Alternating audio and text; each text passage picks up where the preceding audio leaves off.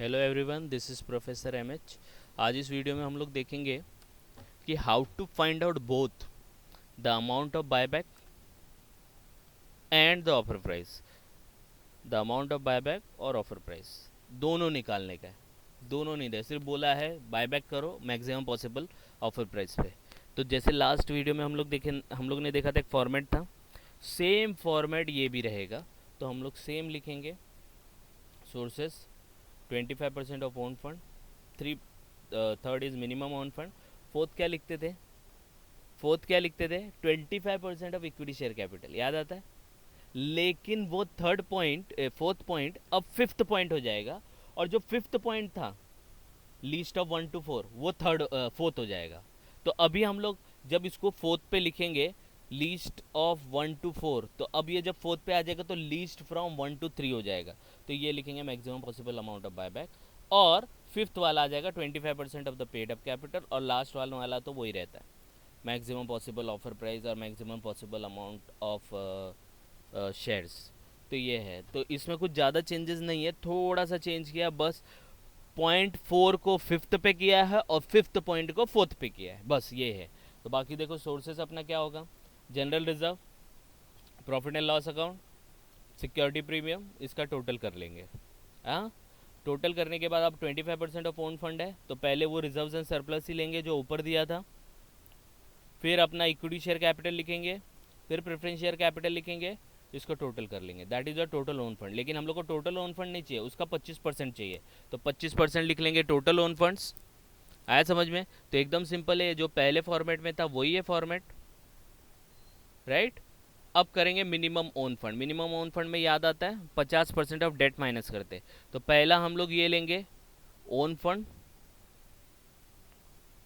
यहाँ से उठा लेंगे, 25% नहीं उठाना, टोटल उठाना, फ्रॉम 0.2, फिर माइनस करेंगे हम लोग 50% ऑफ डेट। तो डिबेंचर हो गया, बैंक लोन हो गया, उसका 50% माइनस करेंगे, तो हम लोग का आ जाएगा मिनिमम ओन फंड, ठीक है। फिर maximum possible amount of buyback, तो हम लोग इसके बाद लिखते थे 25% of paid up equity capital, लेकिन अब नहीं लेना है। अब ये तीनों में से हम लोग क्या करेंगे, 1 2 3, इन तीनों में से लीस्ट ले लेंगे। तो लीस्ट फ्रॉम 1 to 3 ये आ गया। आया समझ में? वहाँ 4 पॉइंट निकालने के बाद लिस्ट लेते थे, यहाँ पे 3 पॉइंट निकालने के बाद लिस्ट लेंगे। क्यों? क्योंकि हम लोग को दो चीज़ निकालनी है, अमाउंट भी निकालना है, ऑफर प्राइस भी निकालना है। ओके, अब ये लिस्ट आ गया, ये बहुत इंपॉर्टेंट है, ये वाला पॉइंट बहुत इंपॉर्टेंट है, ठीक है। अब क्या करेंगे, 25% of paid up equity capital, तो इक्विटी शेयर कैपिटल लेंगे और डिवाइड बाय फेस वैल्यू करेंगे। Divide by face value same रहेगा, कर दिया। तो हम लोग को अमाउंट मिल गया,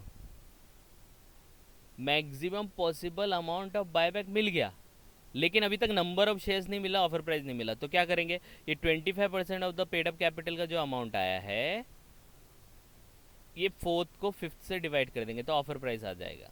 समझ में आया?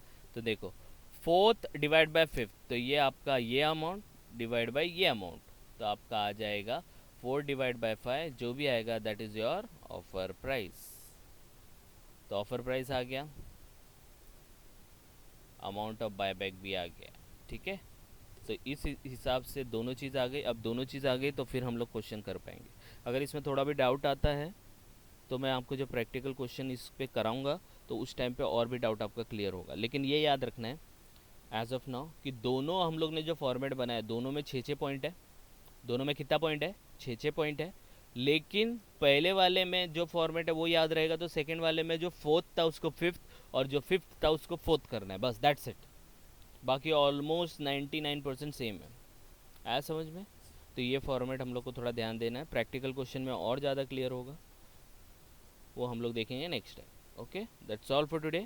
Thank you very much. Please like and subscribe for more videos. Thank you.